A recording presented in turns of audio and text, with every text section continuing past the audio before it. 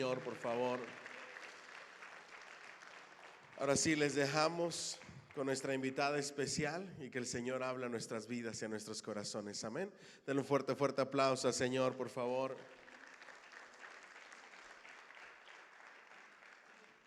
Diga conmigo, hoy Dios me va a hablar. ¿Cuántos lo creen? ¿Le puede dar más fuerte ese aplauso al Rey?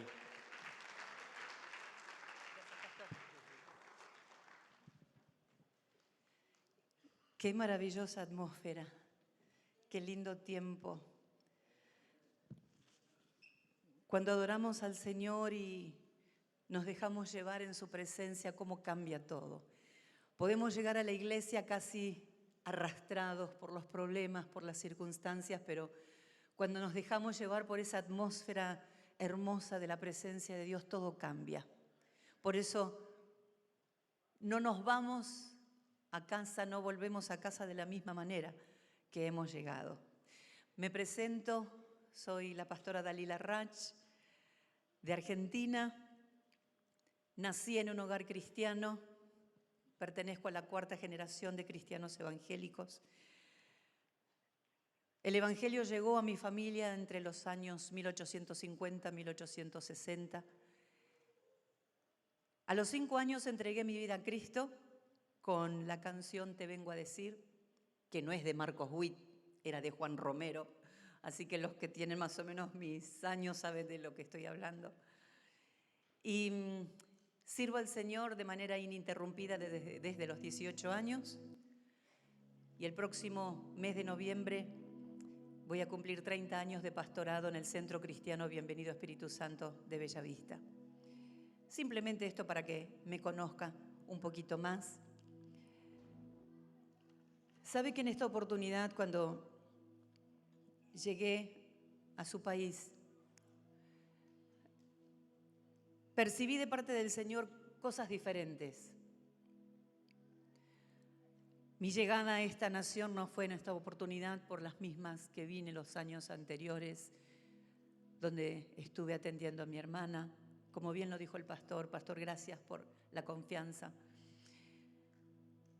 Y de repente me encuentro en una situación donde me siento rara. Estoy siendo hospedada en el rancho de la pastora Irma. Y de pronto cuando tengo tiempos de descanso digo, ¿qué estoy haciendo? Porque soy una mujer que siempre está haciendo, estoy de aquí para allá. Mi temperamento no me permite estar quieta, pero en esa quietud también pude oír la voz de Dios, como me habló de manera tan clara. Por eso digo que este es un tiempo nuevo. A mí me gusta la interpretación de los números desde el hebreo. Ustedes saben que los números tienen una simbología muy especial en la Biblia. El 7, por ejemplo, habla de la perfección espiritual, tuvo una participación muy especial en la creación. Pero el número 8 también, o todos los números tienen su significado, pero el 8, que es la suma del 2024, significa el comienzo de una nueva era, el comienzo de una nueva temporada. Muchas veces Dios se vale, y creo que siempre, se vale de situaciones que hasta a nosotros nos parecen dolorosas, donde marca un antes y un después. Y Dios muchas veces se vale de esas situaciones porque nos ve en una zona de confort. A veces nos acostumbramos a la vida cristiana, a una rutina tan insípida, a una rutina estéril que Dios dice, hey, voy a tener que captar tu atención. Por eso permite que sucedan algunas cosas, para sacarnos de ese foco y que avancemos un paso más. Las crisis muchas veces quieren anunciarnos o quieren hacernos ver cosas que no logramos interpretar o descifrar en su momento. Pero las crisis, mis amados, no llegan para destruirnos, sino para catapultarnos a otra dimensión. Y si usted hoy está atravesando por alguna crisis, dele gloria a Dios, porque es el tiempo de su siguiente nivel. Es el tiempo de que usted conozca a Dios de una manera diferente. Puede que sea a través del dolor, puede que sea a través de la tragedia, puede que sea a través de una situación que usted jamás se imaginó. Pero fíjese la transformación del profeta Isaías. En el año que murió el rey Usías, vi yo al Señor sentado sobre su trono. Fue en el año de la tragedia, en el año del dolor, en el año de la pérdida económica, porque su primo hermano lo estaba sustentando hasta ese momento. Hermano, muchas veces tal vez nos hemos sentido así, de esta forma. ¿Y ahora qué? Y es cuando Dios dice, y ahora yo. Todo sustento, todo aquello que tal vez creíamos en su momento, que era nuestro soporte, Dios lo quita para que dependamos pura y exclusivamente de Él. ¿Qué le parece?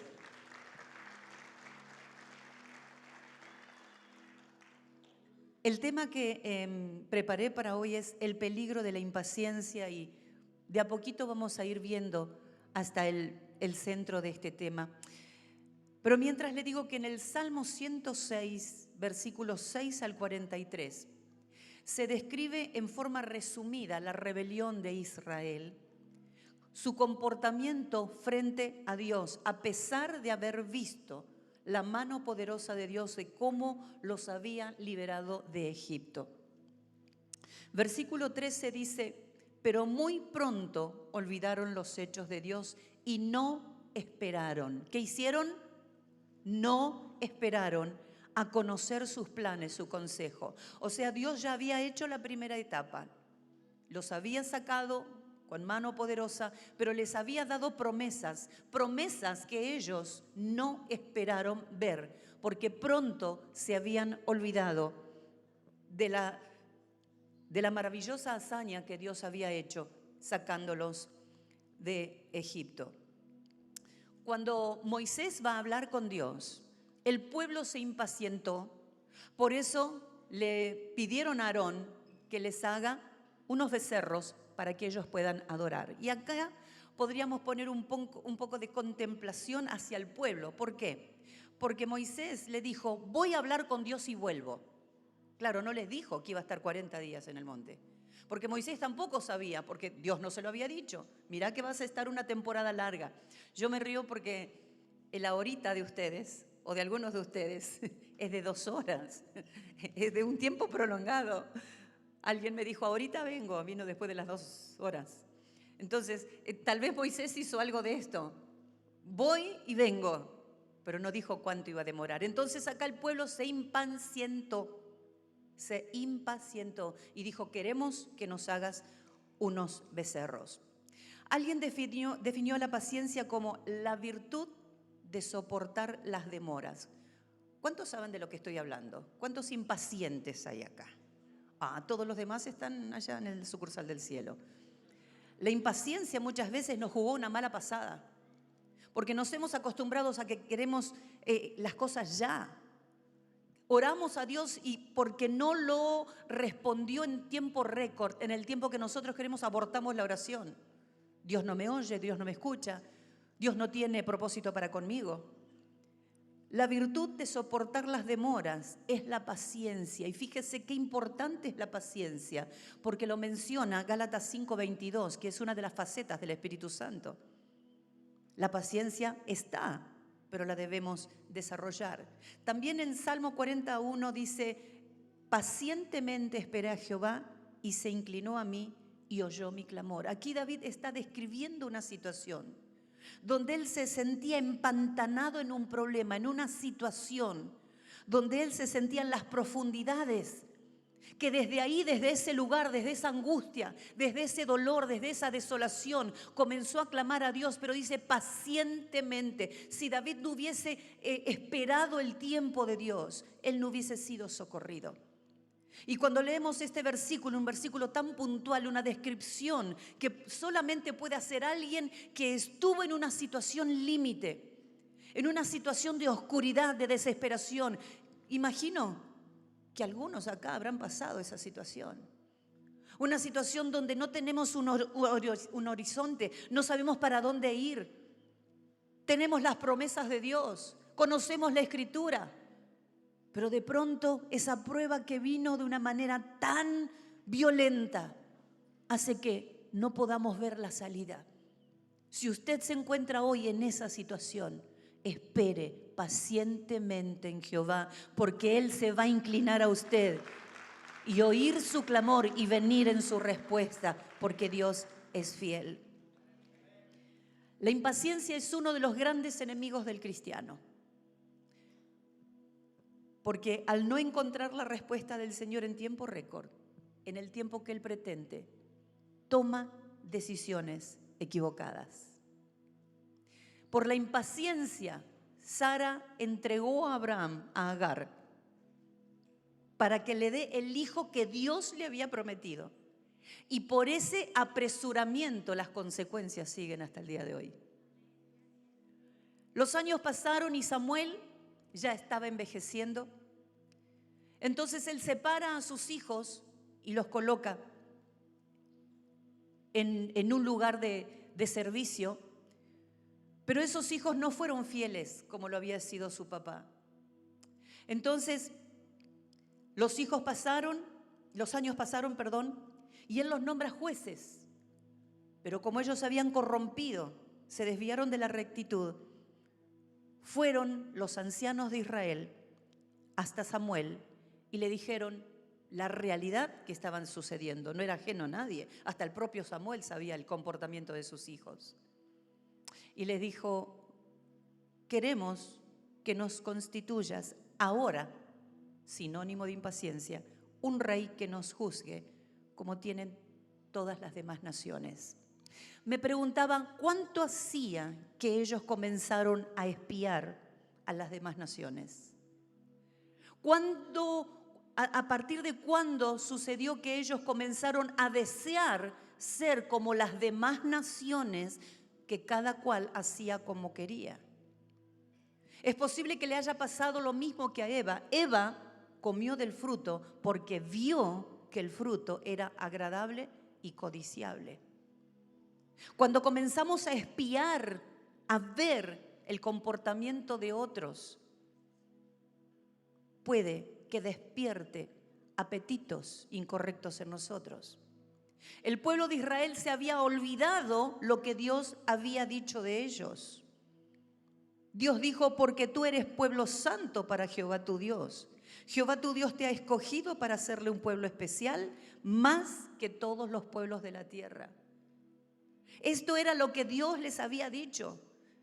Y en otro lugar dice: no porque ustedes hayan sido algo especial, porque ustedes ni pueblo fueron en otro momento, pero por gracia ustedes habían sido separados para que no sean semejantes a las demás naciones. Pero ¿qué hizo el pueblo? Queremos rey. Queremos ser como los demás. Seguramente se habían fastidiado que el viejito Samuel siempre venía con una palabra direccional, con una palabra de exhortación, con una palabra para que el pueblo enderece el camino. Habrán dicho: pero ya, mira cómo trabajan las demás naciones, mira cómo se mueven. Cada uno hace lo que quieren y están vivos. Pero las consecuencias vendrían más tarde. ¿Cuándo fue que comenzaron a querer ser como los que no estaban bajo el gobierno de Dios? Más allá de que el reclamo del pueblo tenía sustento, porque como dije recién, sabían que los hijos de Samuel no se estaban conduciendo correctamente, pero aprovecharon la ocasión para desligarse del gobierno teocrático, del gobierno de Dios. Ahora, lo que ellos pidieron fue un gobierno de reyes, que simboliza un gobierno terrenal, el gobierno de los hombres. Viendo ellos lo que ellos no tenían, porque era tentador, se atrevieron a pedir, aprovecharon la conducta, la mala conducta de los hijos de Samuel para pedir un gobierno terrenal. ¿Qué pasó con Samuel? Samuel, al oír este pedido del pueblo, con dolor en su corazón, fue hasta Dios.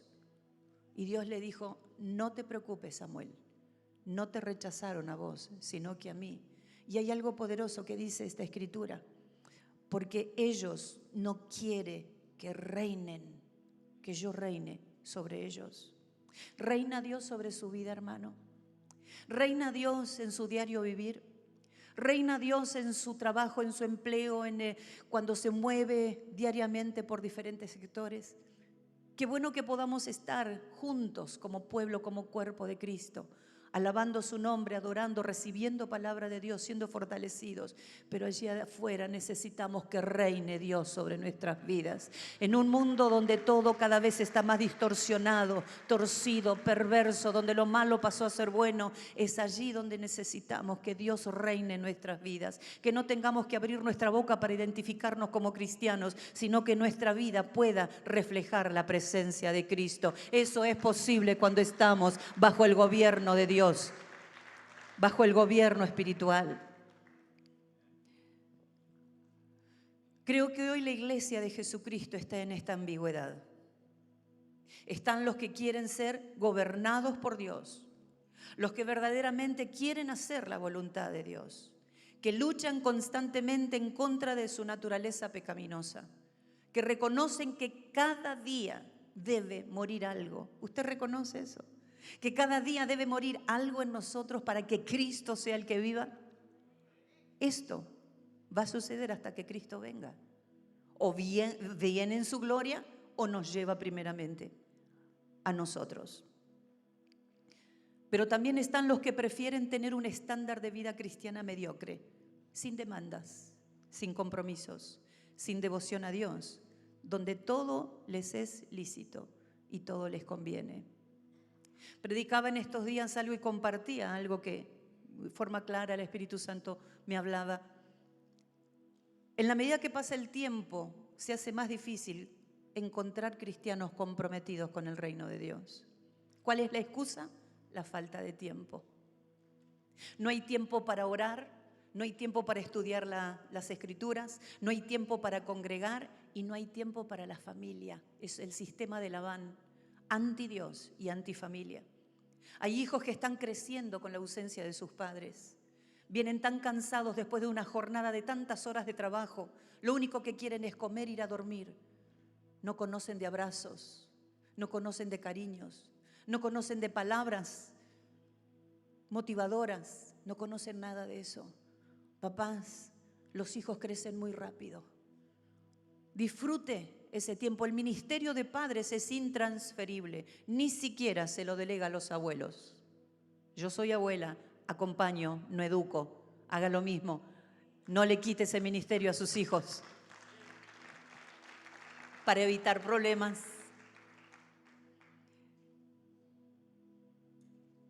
El capítulo 9, versículo 2, nos habla de que a pesar de que Dios no estaba en los planes de Dios que Israel tenga rey. ¿Por qué? Porque el propósito de Dios fue que Israel sea diferente a las demás naciones. Pero a pesar de que no estaba en él la voluntad de poner rey sobre Israel, fíjese que no eligió a cualquiera al azar, eligió a Saúl. Y el versículo 2 del capítulo 9 de Samuel dice que las características que tenía. Era un muchacho hermoso, era un muchacho alto, no pasaba por desapercibido. Seguramente cuando él caminaba por algún lugar la gente se daba vuelta y decía, qué buen mozo.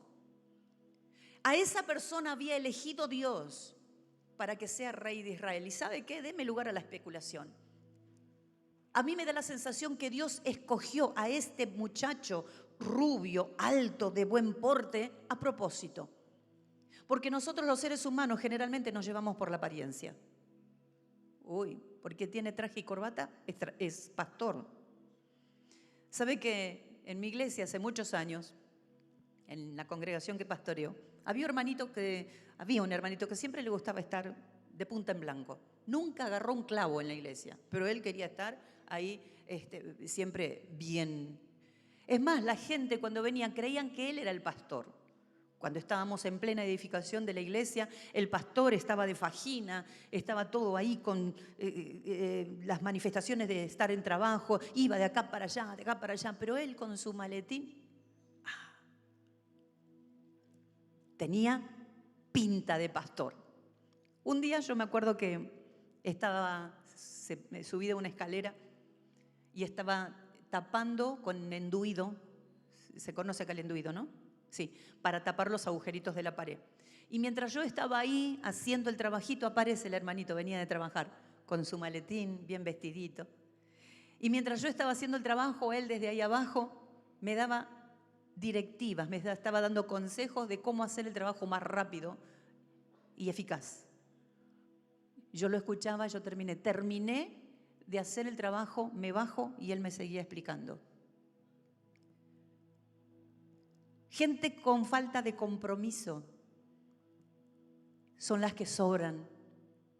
Gente que de pronto tienen consejo para todos, pero no lo aplican a sí mismos. Son los que no aportan al crecimiento del reino de Dios. Cada uno de nosotros tenemos características, tenemos habilidades únicas, y si las tenemos es para que las ofrezcamos para el servicio de Dios, porque así funciona el cuerpo de Cristo, todos trabajando.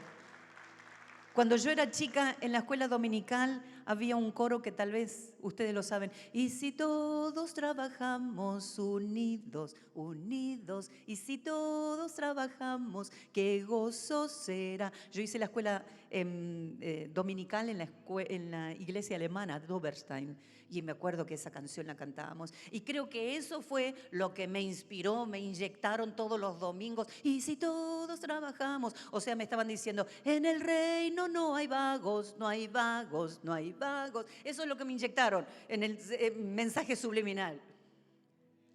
Qué bueno es que todos tengamos habilidades para poder servir al Señor. ¿Usted la tiene? Póngala al servicio de Dios y se va a sentir de manera maravillosa. Ahora, volviendo a Saúl, tenía todas las características para cumplir con la función de rey. Pero además de esto, a mí me dio que pensar mucho por qué Saúl, comenzando bien, aún teniendo una unción profética, porque recuerde que cuando Dios le dijo, tu corazón va a ser mudado en otro hombre, Saúl comenzó a profetizar con una compañía de profetas, por lo tanto él cargaba una unción profética. Sin embargo, terminó miserablemente. ¿Qué pasó? Hermano, Dios se encarga de transformar nuestro corazón, pero el deber de cuidar nuestro corazón es nuestro. Señor, guarda mi corazón. No, la Biblia dice, guarda tu corazón, porque de él mana la vida. Saúl no guardó su corazón. Por eso el tema no es simplemente empezar bien, sino continuar bien y terminar en obediencia a Dios hasta que Cristo venga a buscarnos. Es morir con las botas puestas. Es guardar nuestro corazón de tal manera que le podamos servir al Señor no solamente desde aquel inicio. Tal vez usted tiene recuerdos de cuando comenzó a servir al Señor. Yo lo tengo grabado, lo tengo latente. Y la vez pasada yo compartía esto. Descubrí no hace mucho, tristemente o con pena, que la experiencia viene con los años. Si yo hubiese tenido a los 18 años la experiencia que tengo hoy, no hubiese cometido tantos errores. Pero también descubrí que si no hubiese cometido tantos errores, no hubiese tenido la experiencia que poseo hoy, porque de los errores se aprende.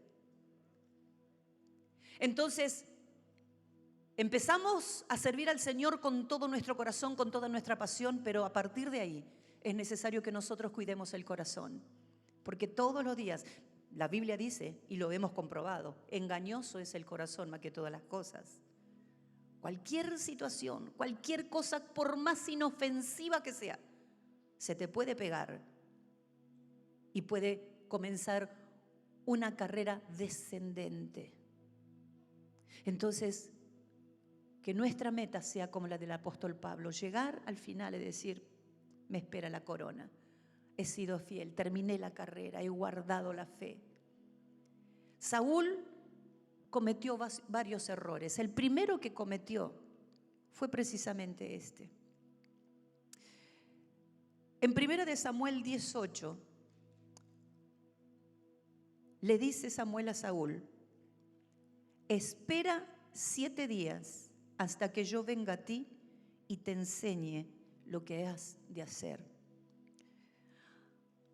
A veces uno olvida que para que el plan de Dios se cumpla hay directivas, hay indicaciones. Saúl tenía que esperar las indicaciones del profeta Samuel. Pero hago un paréntesis acá. Cuando nosotros recibimos promesas de Dios, tenemos que saber que hay indicaciones a seguir. Y esto lo dice la Biblia, nos explica esto la Biblia. Ejemplo, cuando el profeta fue hasta lo de la viuda, que su esposo lo había dejado endeudada. Qué bueno, pastor, me encanta el tema de finanzas, porque es así como nos movemos nosotros. Cuando se tiene deudas no se tiene la libertad para poder servir a Dios, no puede dormir y siempre está con todo esto. Está fantástico ese seminario. La viuda se da cuenta o descubre que quedó endeudada por su esposo. Se dice que su esposo era aquel que había llevado pan y agua a los profetas que se habían escondido por la amenaza de Jezabel. Y que teóricamente él se endeudó para que esos profetas no tengan hambre, que no pasen hambre. No estoy de acuerdo con eso. Porque cuando Dios te mueve a hacer algo, no te va a endeudar para que quedes en bancarrota y que pongas en peligro a tu familia. Cada uno de nosotros debe aportar a la obra de Dios, por supuesto que sí. Pero ir al extremo como este hombre. Bueno, la cuestión que esta viuda estaba llorando ahí, hasta que le golpean la puerta y le dicen: bueno, venimos a cobrar la deuda. No tengo plata, bueno, me llevo a tus hijos. Era lo que se acostumbraba en la época, la ley lo dispuso así, que trabajen como esclavos hasta que se salde la deuda. Entonces ella va al profeta y le dice: mira, hacete cargo, mi esposo estaba en la escuela de profetas, así que mira la deuda que me dejó. Y ahí vienen las indicaciones. Bueno, ¿tenés vasijas en tu casa? No, anda y pedí. Buscá vasijas, y no pocas, y comenzá a llenarlas. Indicación: si la viuda no hubiese llevado a cabo o respetado la indicación, no hubiese sido prosperada. La otra viuda, cuando llega el profeta Elías, el arroyo de Querit se había secado. Dios le dijo: hay una mujer que te va a sustentar. Claro, no sabía que era una pobre mujer que tenía un poquito de harina, un poquito de aceite, lo último para que lo coman y se mueran. Y cuando llega ahí la viuda, esta mujer, le dicen: esto es lo que tengo. Está bien, pero dámelo a mí. Me vas a hacer una torta cocida, pero debajo de las cenizas. ¿Por qué debajo de las cenizas? Indicaciones. Hermanos, muchas veces Dios nos pide hacer cosas que no entendemos, pero a Dios no lo tenemos que entender, le tenemos que creer, porque si Él lo dijo es sí, amén. Aunque nos parezca absurdo, aunque parezca descabellado, pero ¿cómo? ¿Por qué tengo que hacer eso? No pregunte por qué, hágalo y usted va a tener la bendición. Indicaciones. Indicaciones que quiso pasar por alto Saúl. Llegó el 7º día, pero la jornada no había terminado. Entonces comenzó, y yo quiero leer esta escritura porque realmente es poderosa. Primera de Samuel 13, versículo 8 al 14.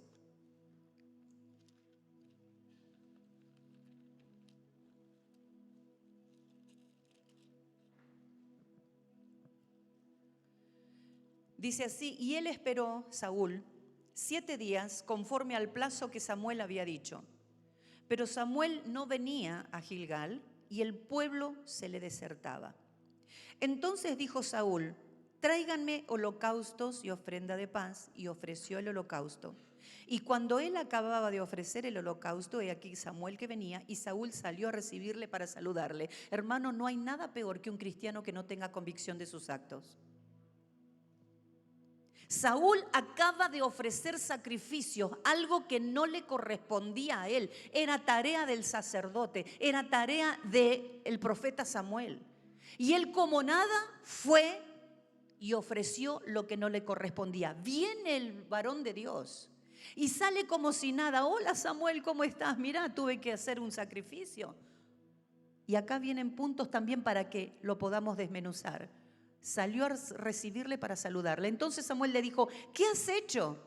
Y Saúl respondió, porque vi que el pueblo se me desertaba. Escuche, cuando nosotros queremos justificar nuestras acciones propias, siempre vamos a poner nuestra mirada en el mundo externo, es el otro. Yo hice esto porque el otro, porque el hermano, porque la situación, porque mi esposo, porque la esposa. Y no ponemos nuestra mirada en nuestro fuero interno, siempre vamos a buscar un chivo expiatorio. Esto es lo que hizo Saúl. Dijo, vi que el pueblo se me desertaba y que tú no venías, otro más, por culpa tuya. Vos te demoraste, vos me dijiste que ibas a venir, no venías, sí, pero la jornada no había terminado. Por eso, hermano, no te impacientes.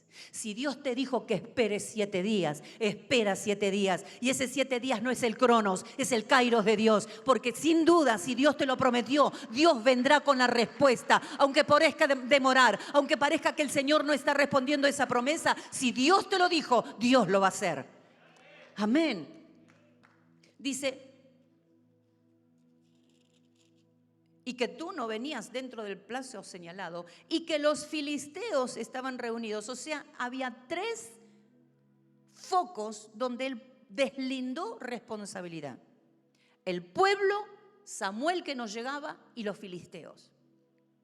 Por eso digo, cuando uno no tiene convicción de sus actos, hermanos, se hace tan difícil que Dios obre. Debemos reconocer que si nos equivocamos, si hemos desobedecido, Señor, así como dijo David, es verdad, yo pequé. Pero en Saúl no había ninguna de estas características. Y me dije, ahora descenderán los filisteos contra mí a Gilgal, y yo no he implorado el favor de Jehová. Fíjese, o sea, no oré, no busqué a Dios, no estoy en comunión con Dios, y creyó que haciendo un sacrificio iba a ser justificado. Hermano, ningún servicio a Dios reemplaza nuestra intimidad con el Espíritu Santo. Ninguna actividad ministerial reemplaza nuestra comunión con Dios. Nuestro servicio es consecuencia de nuestro amor por Cristo. Es consecuencia de nuestro agradecimiento por todo lo que hizo por nosotros. Ahí Saúl le agarró el miedo y dijo, yo no había implorado el favor de Jehová. Y me esforcé pues y ofrecí holocausto. Entonces Samuel dijo a Saúl, locamente has hecho. No guardaste el mandamiento de Jehová tu Dios que él te había ordenado, pues ahora Jehová te hubiera confirmado tu reino sobre Israel para siempre. ¿Qué iba a suceder ese día? El reinado de Saúl iba a ser confirmado en forma permanente. Ese fue el primer error. No esperar el tiempo que el profeta, el hombre de Dios, le dijo que espere. Saúl representa a aquellas personas que son puestas en el ministerio sin haber pasado por el proceso de formación. Yo creo que todo pastor ha atravesado, me hago cargo yo también, hemos atravesado por esto. La falta de recursos humanos nos obligó en algún momento a poner a personas en actividad sin haber pasado por el proceso de formación necesario para todo cristiano. Porque en ese proceso de formación nuestro carácter se va formando. Saúl no tuvo ese proceso de formación. ¿Por qué? Porque así como lo pidieron, queremos ahora rey, ahí fue y ocupó el trono. No así David. David tuvo un proceso de formación. Acuérdese que cuando fue ungido después de la desobediencia de Saúl, no es que David al día siguiente fue al trono. Años pasaron. Pero ¿sabe lo que me llama también la atención de Saúl? Esto sucede en el 2.º año de su reinado. Y Dios le dijo, fuiste desechado. ¿Cuántos años reinó Saúl? Quiere decir que 38 años sirviendo sin la cobertura de Dios. ¡Wow! tremendo. Por eso digo, Saúl representa a aquellos cristianos que no se dejan formar por Dios. Quieren las cosas ya. Dios me habló, Dios me bendijo. A mí me dijeron. Cuando Dios habla, Dios respalda. Cuando Dios habla, Dios equipa. Amén. Y lo hace a través de las autoridades espirituales. Saúl es el modelo que ningún cristiano debe imitar porque hizo lo que Dios no le pidió hacer. ¿Cuántas cosas hemos hecho, hermanos, que Dios nunca nos pidió hacer? Hoy por hoy podemos ver que hay muchos símbolos de moda en las iglesias. Y por copiar, por estar en la moda, muchos están haciendo cosas que ni siquiera saben qué significa y que Dios nunca les llamó a hacer.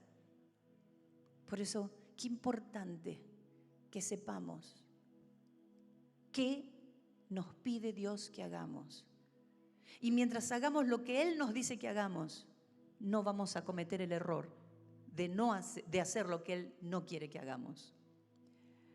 Muchos, al igual que Saúl, se lanzaron al ministerio sin atravesar por el proceso para la formación del carácter. ¿Qué es carácter? Determinación, firmeza. Nada tiene que ver con el mal genio.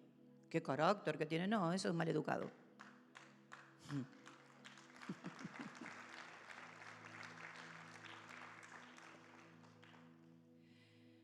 Es un hecho que Dios espera que sus hijos les sirvan, pero dentro del servicio cristiano hay instrucciones específicas que se aprenden en el proceso de formación. Lo que pasa es que venimos, especialmente los que llegan al Señor de grandes, vienen con un bagaje de costumbres, de culturas, y nos encontramos en la iglesia con una crisis. Pero si a mí me enseñaron a hacerlo así, sí, pero este es el reino de Dios, no tiene nada que ver con el mundo. En el mundo la gente se maneja por códigos, pero en el reino de Dios hay principios. Es diferente. Principios establecidos en la palabra de Dios.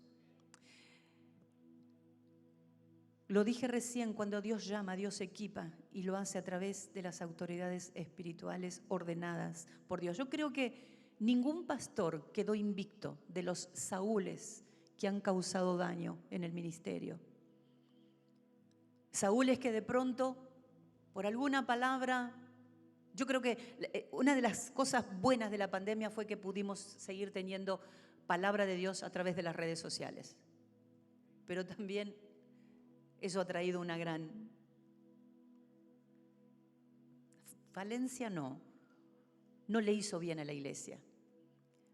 Todavía hay que avisarle a algunos que quédate en casa fue levantado.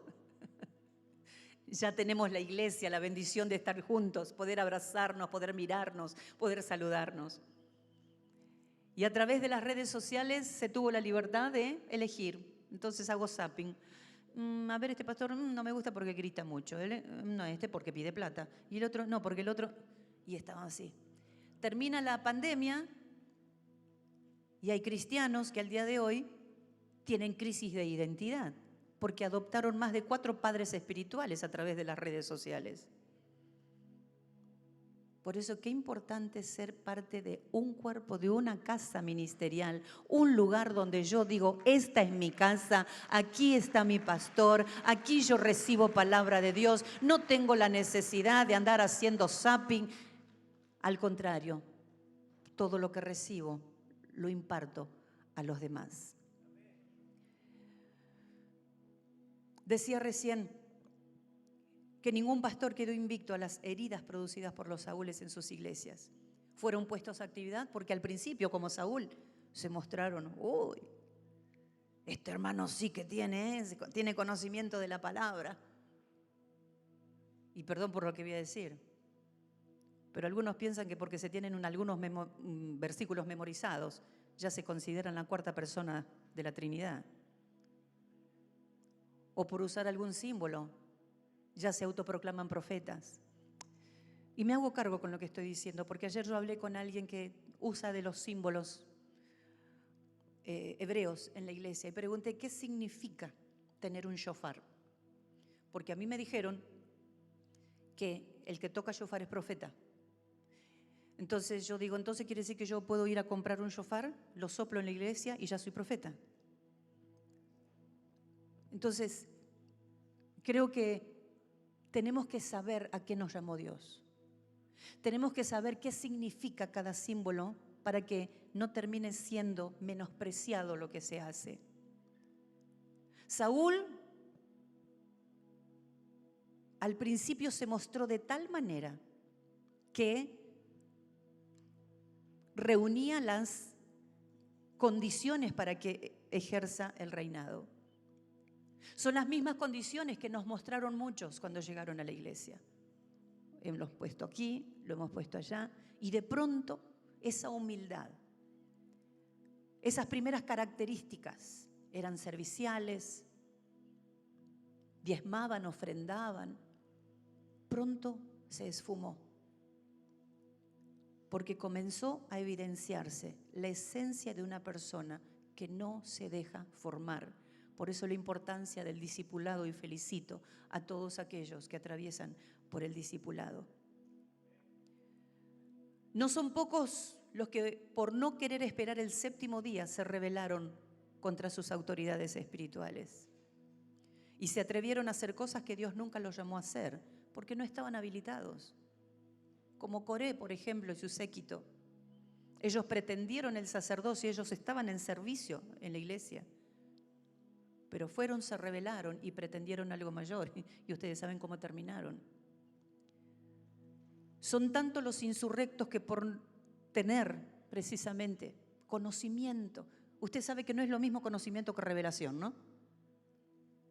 Todos podemos tener conocimiento, pero revelación no la tienen todos. Y la revelación, ¿cómo te das cuenta que se tiene? Cuando vivís conforme a la palabra de Dios. Que no son solamente unos versículos que yo pude aprender, sino que vivo la palabra.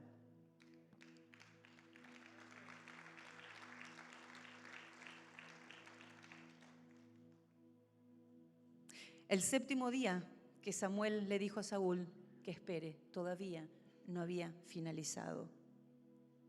Y por su impaciencia arruinó su llamado. Aquellos que se lanzaron al ministerio sin esperar el tiempo de Dios, después de hacer el ridículo, se dieron cuenta que no era tiempo de abrir una iglesia.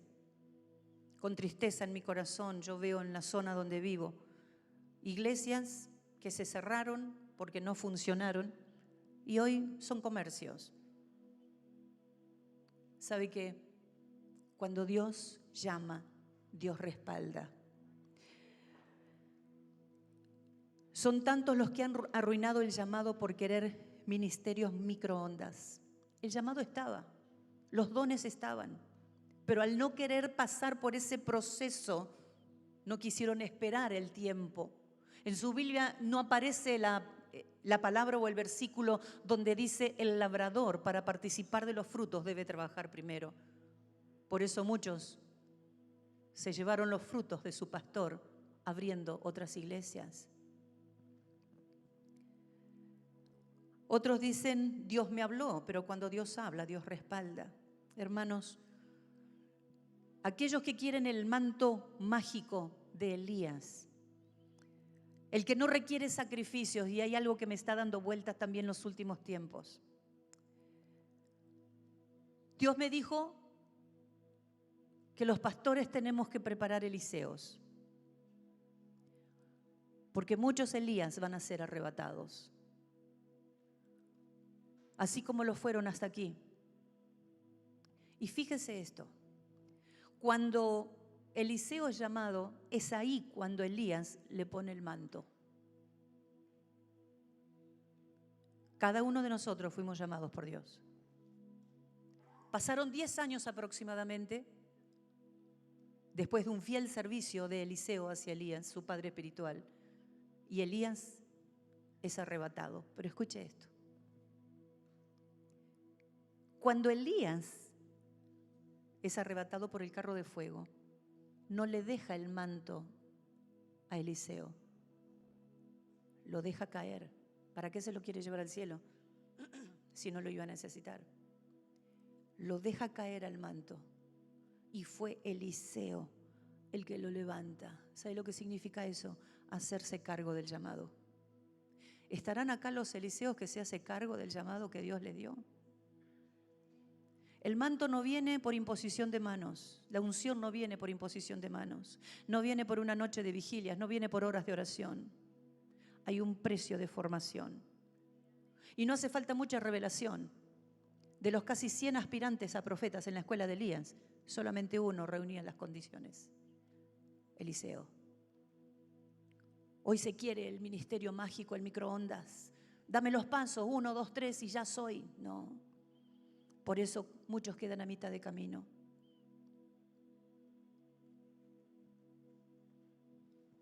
Y están a la búsqueda de responsables, buscando chivos expiatorios por su amargura y su frustración, cuando la decisión fue de ellos. Hermanos, estamos viviendo tiempos tan cruciales, tan tremendos. Vemos cómo en las plataformas de las iglesias se está suplantando la adoración y la alabanza por conciertos. La revelación de la palabra por la inteligencia espiritual. Hoy puede predicar cualquiera. Pones en una aplicación una palabra y tenés un sermón. Los dones se están suplantando por habilidades aprendidas.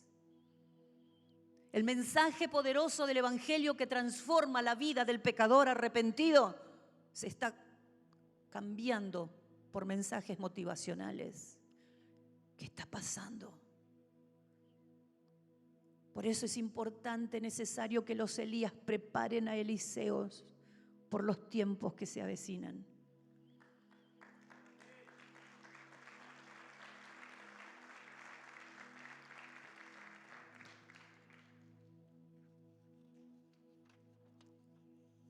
Hace unos meses,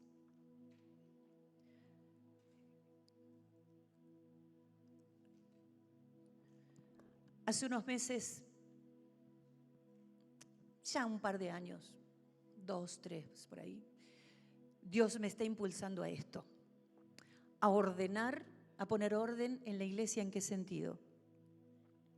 A nivel, nosotros compramos una propiedad hace poco y la única manera de escriturar era de hacer una personería jurídica propia. Pertenecíamos a una asociación, pero no era conveniente declarar la propiedad para la asociación, así que ya ese orden está todo en marcha, ya está. Pero también era el orden eclesiástico. ¿Sabe que yo no sé si a algunos acá les molesta hablar del tema, pero a mí no? Porque para mí, la partida del Hijo de Dios de acá de la tierra a lo que consideramos muerte, me gusta ese tema, porque me lleva a preparar. Desde la psicología se dice que a partir de los 50 años ya se tiene que comenzar a contemplar en la muerte, y el que no lo quiere contemplar es porque se considera eterno, que nunca le va a llegar. Pero tengo noticias para darle: tarde o temprano va a llegar. Y hablar del tema no significa que se llame a la muerte, porque el cristiano no muere, se muda a la patria celestial, que es diferente. Amén. Entonces, el Señor me decía que ordene eclesiásticamente la iglesia. Así que hace 1 año y 4 meses separamos a mi yerno y a mi hija como pastores, copastores de la iglesia. De hecho, ellos ahora están pastoreando en mi ausencia. Y sin querer, esas cosas que estaba sintiendo internamente, estaba viendo que estaban sucediendo, porque un pastor que conozco de Argentina, ya ha entrado en años, se perdió el privilegio de separar a su hijo como pastor estando en vida. Él viene de ministrar en una iglesia, tiene un dolor en el pecho, va al médico, se le tapó una arteria, tiene que ir al quirófano, pero llama a uno de los ancianos de la iglesia y le dice: mira, si yo no salgo de esta, separa a mi hijo como pastor. Y yo digo, ¿por qué no hacemos las cosas a tiempo? Yo creo que no hay mejor privilegio de un pastor de pasarle la antorcha a sus hijos estando en vida, porque ese lugar no es nuestro. Nosotros estamos de manera temporal. Por eso la urgencia de formar Eliseos, Iglesia, déjate formar. Para que seas un Eliseo, tenés que saber que hay un precio de formación, donde tu carácter, tu forma de ser, tus costumbres, tus inclinaciones tienen que morir.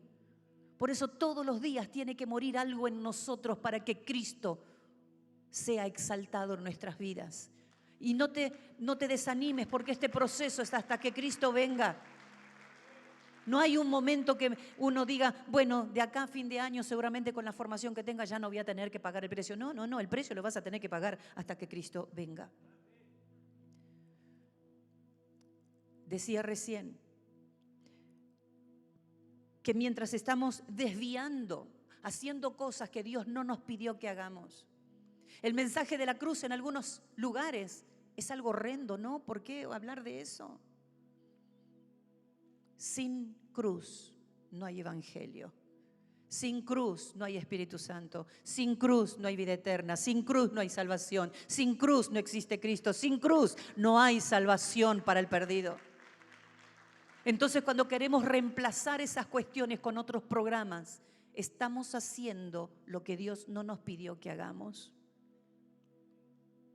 En nombre de Dios se realizan grandes eventos para atraer multitudes, mientras que Cristo está tocando la puerta del lado de afuera para que lo dejen entrar. Este versículo es muy revelador porque lo hemos predicado para los nuevos que llegan a Cristo. El Señor está tocando la puerta de tu corazón y si le abrís, Él va a entrar a vos. ¿Sí? Apocalipsis 3:20. Pero sin embargo, el contexto, si usted lee esa escritura, es la iglesia de la Odisea. La iglesia donde tenía todo el programa armado, donde se hacían actividades, donde se decía gloria, donde se exaltaba, donde se aplaudía, donde se predicaba, y ahí afuera había alguien golpeando la puerta. Pero como había tanto bullicio adentro, nadie le abría. Hasta que por fin alguien se acercó, se asomó a esa puerta. Y dijo, sí, ¿quién es? Yo soy Cristo, el dueño de la iglesia, y no me están dejando entrar. Hace unos años, un famoso evangelista estuvo por Sudamérica y Dios le dio una palabra específica para que viaje a un país vecino. Entonces, desde el país donde estaba, hace los contactos con la corporación de ese lugar para que reúna a la mayor cantidad de pastores posible, porque había palabra de Dios para el pastorado.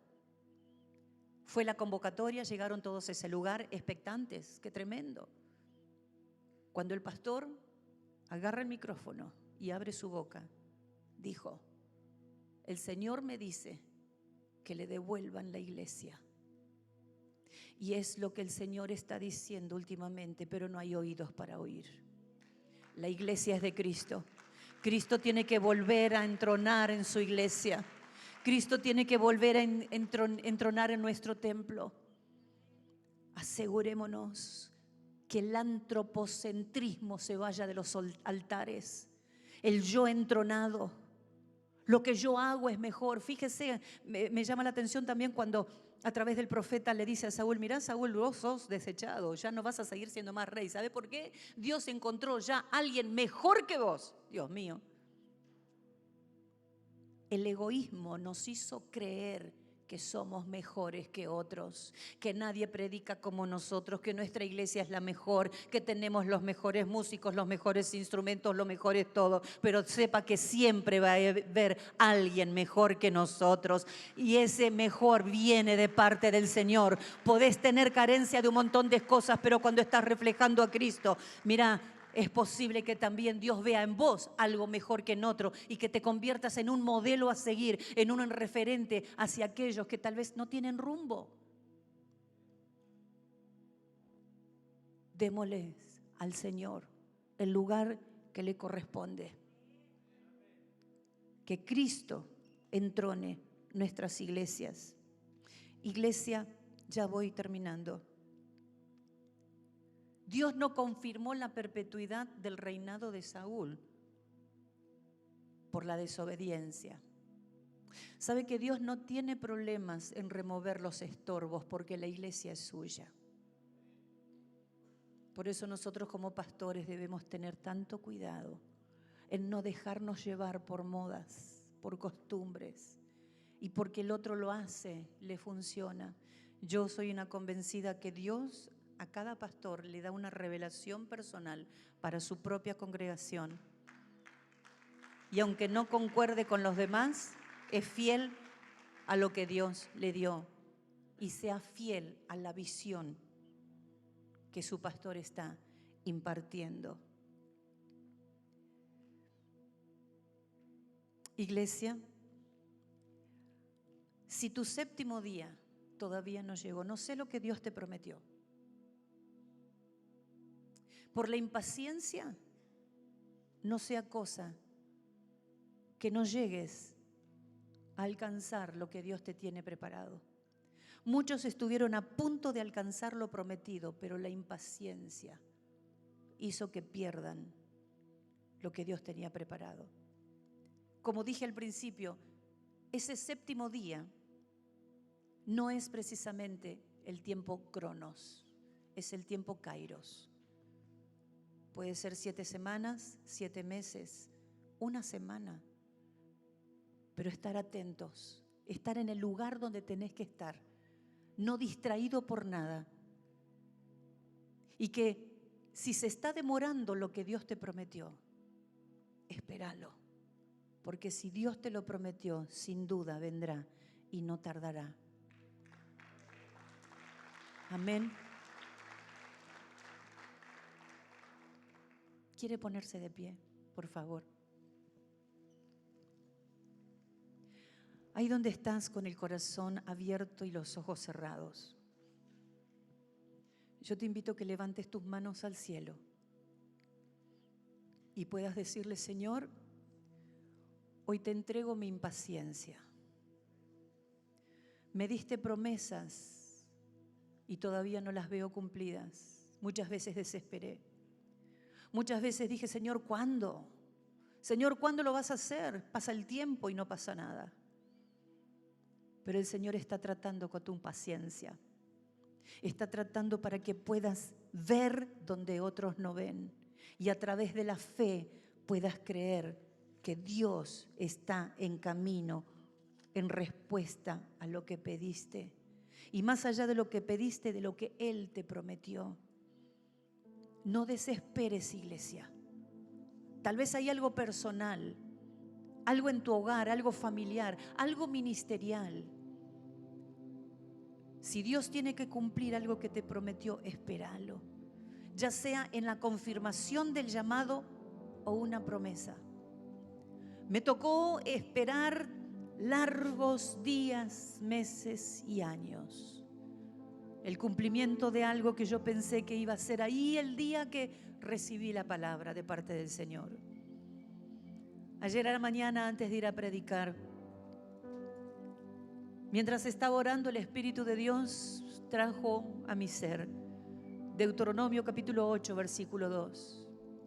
Y te acordarás de todo este camino por el cual te trajo el Señor. Estos 40 años, dice la Biblia, en lo que respecta a mí, 43 años de servicio al Señor.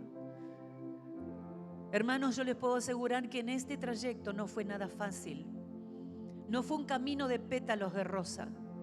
Hubo traiciones, decepciones, abandonos.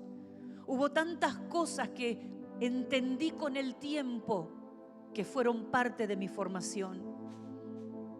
Aprendí con el tiempo de que todo eso hizo que hoy yo pueda mirar hacia atrás y decirle: Señor, gracias. Gracias, Señor, porque cada una de esas cuestiones, esos desvelos, esas noches enteras donde pasaba por casa, en la sala de la casa, llorando, pidiendo a Dios una palabra direccional, diciéndole: Señor, sosténeme, pero Señor, también dame fuerzas para continuar hacia adelante. Y el Señor lo hizo. Y si usted está aquí en esta tarde, es porque Dios vio que usted guardó sus mandamientos. Te acordarás de todo el camino por donde te ha traído Jehová tu Dios. Estos 40 años, usted sabrá cuántos años usted está caminando. Para afligirte, para probarte, para saber lo que había en tu corazón. si habías de guardar o no sus mandamientos. Si estamos aquí es porque guardamos los mandamientos del Señor, a pesar de las pruebas, a pesar de las luchas, a pesar de todo lo que nos tocó vivir. Aquí estamos y le pedimos en esta hora al Señor: Señor, renova mis fuerzas. Señor, no quiero que a través de la impaciencia cometa el error de tomar malas decisiones. Señor, enséñame a esperar en vos. Quiero, Señor, así como el rey David dijo: pacientemente esperé en Jehová. Señor, conocés de mi ansiedad, conocés, Señor, de mi carácter, conocés, Señor, de mis argumentos, que siempre estoy buscando algo para excusarme.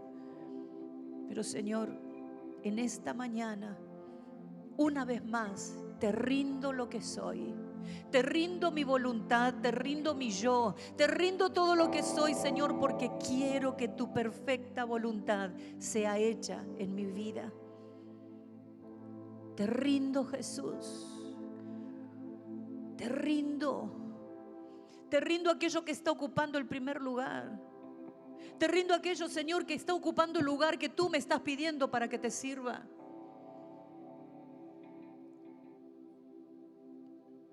Cuando Elías llama a Eliseo, Eliseo entrega o se deshace de su herramienta de trabajo. Y no estoy diciendo que tiene que dejar de trabajar, no. Estoy diciendo que los bueyes con que estaba arando Eliseo le ocupaba gran parte de su vida, de su tiempo. Y era el momento para que él ese tiempo lo dedique para buscar a Dios. Hermanos, por ahí se dice: no hay tiempo. El tiempo hay que hacerlo. Dios te quiere en intimidad todos los días. En ese altar de tu hogar. Termino con esto, les prometo. Hace más de una semana, mientras estaba en mi habitación, era una mañana fresca, la chimenea estaba encendida. Antes de eso yo estaba en la cocina con mi devocional, pero sentí fuertemente que debía ir a la habitación a orar. Es que Dios tenía que hablarme a través de la chimenea. Mientras los leños estaban encendidos, vino a mi espíritu Levítico 6:13. El fuego del altar arderá continuamente, no se apagará. Y el Señor me dijo: muchos altares están apagados, muchos altares están con cenizas, que es la señal de que una vez hubo fuego, pero hoy ya no. En el Antiguo Testamento, en el Antiguo Pacto, Dios le dijo al sacerdote que era su tarea de mantener encendido el fuego del altar. Pero a través del nuevo pacto, a través de Jesucristo, Apocalipsis capítulo 1 dice que nosotros fuimos constituidos en sacerdotes. Por lo tanto, cada uno de nosotros somos responsables de mantener ardiendo el altar de nuestras vidas. Y ese altar, hermano, va a mantenerse mientras llevemos las grosuras. Lea después capítulo 6 de Levítico. ¿Qué son las grosuras? Todas esas cosas que tenemos que poner sobre el altar. Usted y yo todavía tenemos muchas grosuras: orgullo, religión, excusas, carácter, formas de vida que la debemos poner todos los días, todas las mañanas. Cada uno tendrá su tiempo, pero bueno, viendo al modelo de Cristo, él temprano iba y llevaba una oración a Dios, hablaba con el Padre. Si lo dejamos para el final de la jornada, lo único que va a tener el Señor va a ser bostezos. Pero si le damos las primicias de nuestro día, nos levantamos, una ducha bien que nos refresque, y ahí le damos al Señor: Señor, yo necesito de vos. Señor, yo no puedo iniciar esta jornada sin tu protección, sin tu cobertura, sin tu guía, Señor. Así como dijo Moisés: si no venís conmigo, yo de acá no me muevo. Antes de salir de su casa, dígale: Señor, si tu presencia no viene conmigo, yo no salgo. Porque sin tu presencia yo soy capaz de cometer errores que si me arrepiento los podés perdonar, pero todo tiene consecuencias. A veces demoramos el plan, demoramos el cumplimiento de las promesas por nuestras rebeldías. Reconozcamos qué es lo que apagó el altar. No es responsabilidad del pastor, no es responsabilidad del ministerio de intercesión, no es responsabilidad de los líderes, es mi responsabilidad que mi altar arda constantemente. Amén. Iglesia, Dios te bendiga. Que el Espíritu Santo siga obrando en tu vida. Y si tal vez tenés una fecha, algo que el Señor te prometió hace tiempo y decís, Señor, ¿cuándo? Espéralo, espéralo, porque sin duda el Señor viene respondiendo lo que te prometió. Bendiciones. Aleluya. Te adoramos, Señor. Te exaltamos, Señor. Gracias por tu palabra. Iglesia, ¿por qué no pones tu mano en el corazón y le dices así al Señor? La semana pasada el Señor nos habló y nos dijo, ¿qué estás haciendo con la predicación? Hoy Dios te hace la misma pregunta, ¿qué vas a hacer con esta predicación? Y esa es la respuesta de lo que tenemos que hacer. Renuévame, Señor Jesús. Ya no quiero ser igual. Renuévame, Señor Jesús. Pon en mí tu corazón, porque todo lo que hay dentro de mí necesita ser cambiado, Señor, porque todo lo que hay dentro de mi corazón necesita más de ti. Dile, renuévame, renuévame, Señor Jesús. Ya no queremos vivir nuestra vida cristiana igual. Ya no quiero ser igual. Con todo tu corazón, iglesia. Renuévame, Señor Jesús. Pon en mí tu corazón, porque todo lo que hay dentro de mí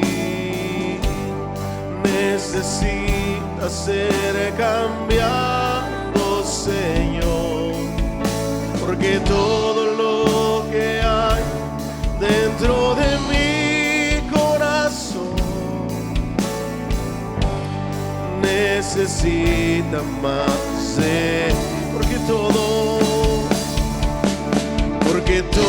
lo que hay dentro de mí necesita ser cambiado, Señor.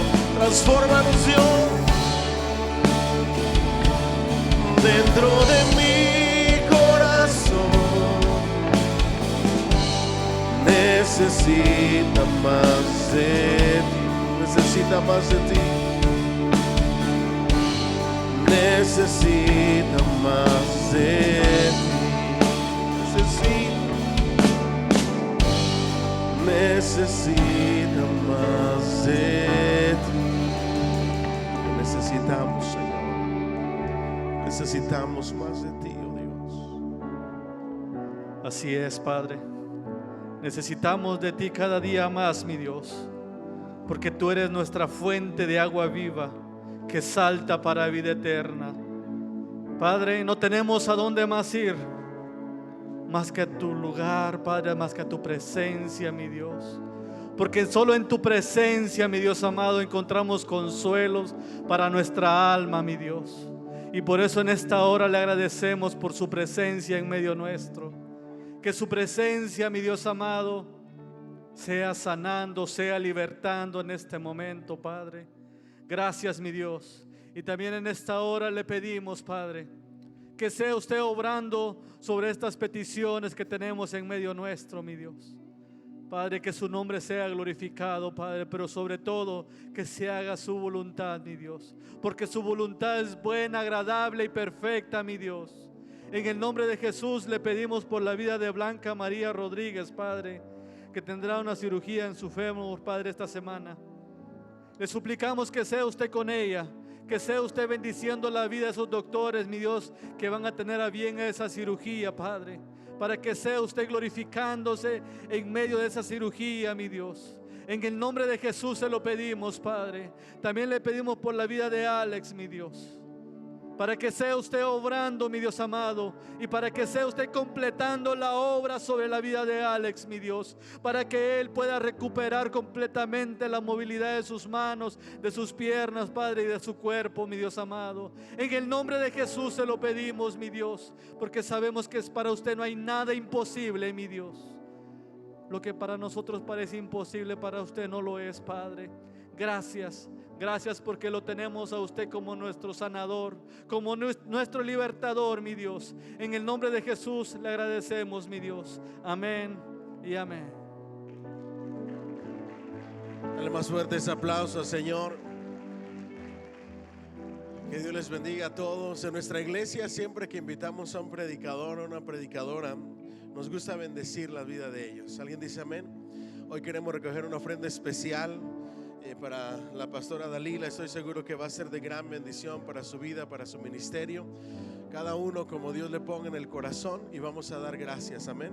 Bendito Dios, hoy te damos gracias, Señor, por esta palabra que hemos recibido. Hoy queremos bendecir la vida de tu hija, Señor, la vida de tu sierva. Hoy queremos, Señor, bendecir su ministerio, bendecir, Señor, la labor que está haciendo, Señor, al venir a ministrar a este país. Yo te ruego que bendigas al dador alegre, Señor, que multiplique la siembra de cada uno.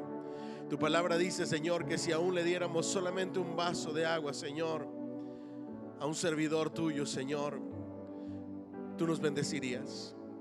Tu palabra dice, Señor, que en cada siembra, Señor, hay una gran cosecha, y nosotros lo creemos. Hoy queremos bendecir la vida de tu sierva, Señor, de tu hija, y te damos gracias, Padre, porque tú eres bueno. Gracias en el nombre de Cristo Jesús, Señor. Amén y amén. Puede pasar a depositar su ofrenda especial, y que el amor del Padre, la gracia del Hijo y la comunión del Espíritu Santo sea con la iglesia. La iglesia dice que Dios me los bendiga a todos. Ahí tenemos cafecito, tenemos panecito.